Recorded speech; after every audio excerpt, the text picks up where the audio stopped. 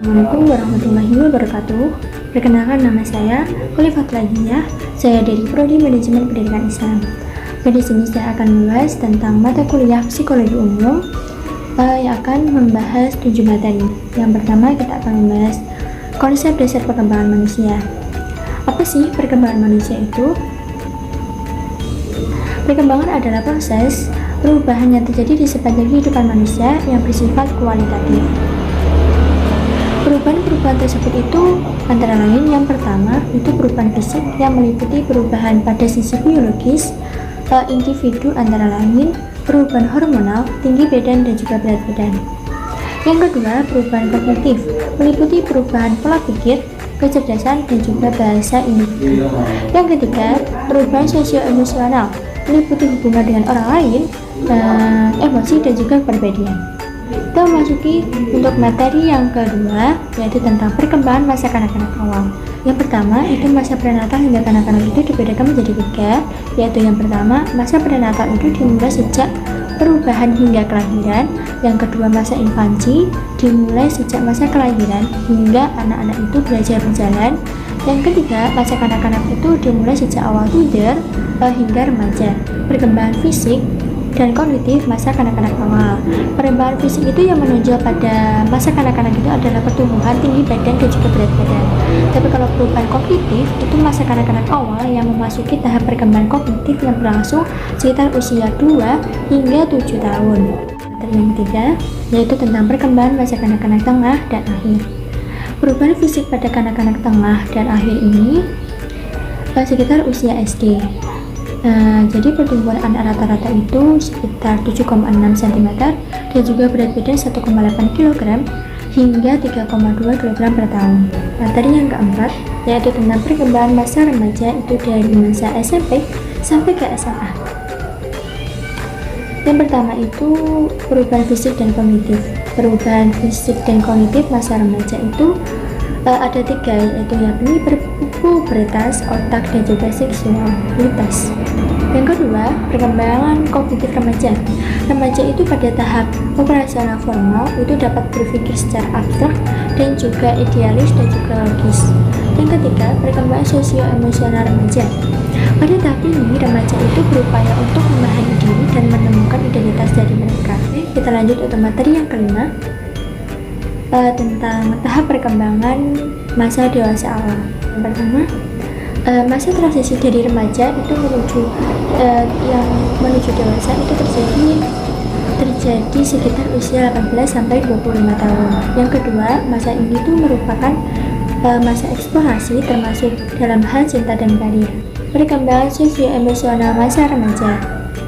Yang pertama, itu temperamen dewasa awal tergantung pada konteks dan pengalaman masing-masing.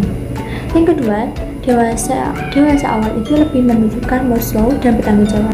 Kita lanjut ke materi yang keenam tentang motivasi dan emosi. Apa sih motivasi itu? Motivasi adalah kekuatan yang mendorong seseorang untuk berpikir dan juga merasa dan juga bertindak. Apa yang membuat seseorang itu termotivasi? Menurut pendekatan evolusioner insting, seseorang termotivasi itu karena pola biologis bawaan yang tidak dipelajari. Kita lanjut untuk masalah emosi. Apa emosi itu? Emosi itu adalah perasaan atau afeksi yang mempengaruhi fisiologis, pengalaman, dan juga ekspresi. Faktor apa saja yang mempengaruhi emosi? Faktor biologis yang mempengaruhi emosi itu antara lain sistem saraf otonom yang terdiri dari sistem saraf simpatis dan juga parasimpati. Faktor kognitif, pelabelan kognitif yang berpengaruh terhadap emosi. 3, tentang faktor behavioral. Perilaku baik verbal atau non-verbal dapat berpengaruh terhadap perilaku. Bahas untuk materi yang ketujuh atau yang terakhir tentang gangguan psikologis. Apakah gangguan psikologis itu? Gangguan mental yang mempengaruhi emosi, pola pikir, dan juga perilaku. Lalu apakah gangguan psikologis itu bisa disembuhkan? Tentunya bisa. Dengan catatan tetap dilanjutkan perawatan lebih lanjut kecuali kalau sifatnya genetis. Kalau sifatnya genetis itu tidak bisa sepenuhnya sembuh, tapi fokusnya pada pengalaman skill. Sekarang kita akan membahas gangguan psikologis pada masa kanak-kanak. Beberapa gangguan psikologis ini bisa dideteksi pada masa kanak-kanak.